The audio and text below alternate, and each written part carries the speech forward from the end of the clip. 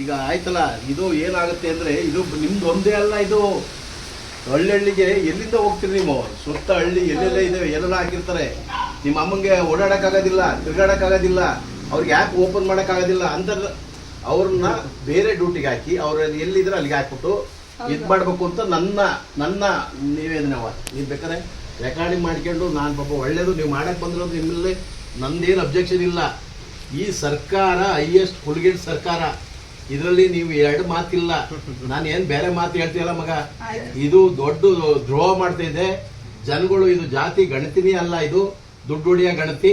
ಇದ್ರಲ್ಲಿ ಎರಡು ಮಾತಿಲ್ಲ. ನೀವು ಅರ್ಥ ಮಾಡ್ಕೊಳ್ಳಿ. ಬೇಜಾರು ನೋಡಿ, ಅಪ್ಪ ಮಕ್ಕಳು ಬಂದಿದ್ದೀರಾ, ಊಟ ಮಾಡಿ ಕಾಫಿ ಕುಡ್ಕೊಂಡು ಹೋಗಿ. ಹಿಂಸೆ ಕೊಡಬಾರ್ದು ಯಾರಿಗೂ, ಆಗೋದಿಲ್ಲ. ಅವ್ರನ್ನ ನಿಮ್ಮ ಕೆಲಸ ಬೇಡ, ನಾವು ಬೇರೆ ಮಾಡ್ಸಿರ್ತೀವಿ, ಮಾಡಲೇಬೇಕು ಅನ್ನೋದೊಂದು ಇದಾಕಿದಾರಲ್ಲ. ನಿಮ್ಮ ಕೆಲಸದಿಂದ ತೆಗಿತೀವಿ, ಇದು ಮಾಡ್ತೀವಿ, ನಿಮಗೆ ಸಂಬಳದ ಬರದಂಗೆ ಮಾಡ್ತೀವಿ.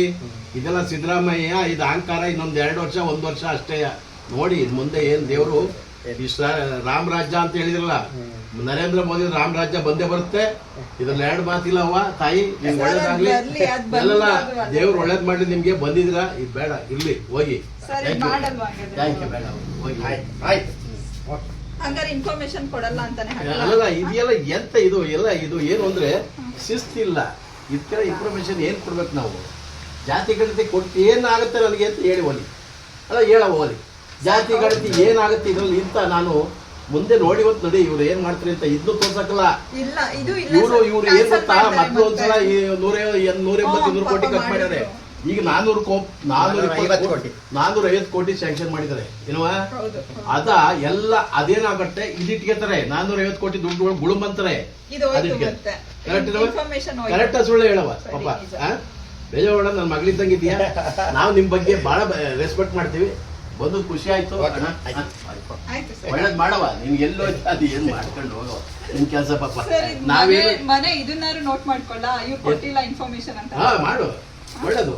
ಅದು ಇದ್ರಲ್ಲಿ ಎಂತದಿದೆ, ನಾವು ಇಂಟ್ರೆಸ್ಟ್ ಇಲ್ಲ ಕೊಟ್ಟಿಲ್ಲ ಅಂತ ಹೇಳಿ ಮಾಡ್ಕೊಳ್ಳಿ. ನಾನು ಹೇಳ್ತೀನಿ ಮಾಡವ, ನೀನ್ ರೆಕಾರ್ಡ್ ನೋಡವ. ನಾವು ಈ ಜಾತಿ ಗಣತಿಗೆ ನಂಬಕ್ಕೂ ಇಲ್ಲ, ಇದ್ರಲ್ಲಿ ಎರಡು ಮಾತಿಲ್ಲ. ಇವರೆಲ್ಲ ಸುಳ್ಳು ಸರ್ಕಾರ. ಸರ್ಕಾರದಲ್ಲಿ ಯಾರೇ ಜನ ಇದರಲ್ಲಿ ವಿಶ್ವಾಸ ಇಟ್ಟಿಲ್ಲ. ಈ ಜನ ಪಾಪ ನಿಮ್ಗಾಗಿ ಯಾರನ್ನ ಹಿಂಸೆ ಕೊಟ್ಟು ಕೆಲಸ ಮಾಡಿಸ್ತಾವ್ರೆ.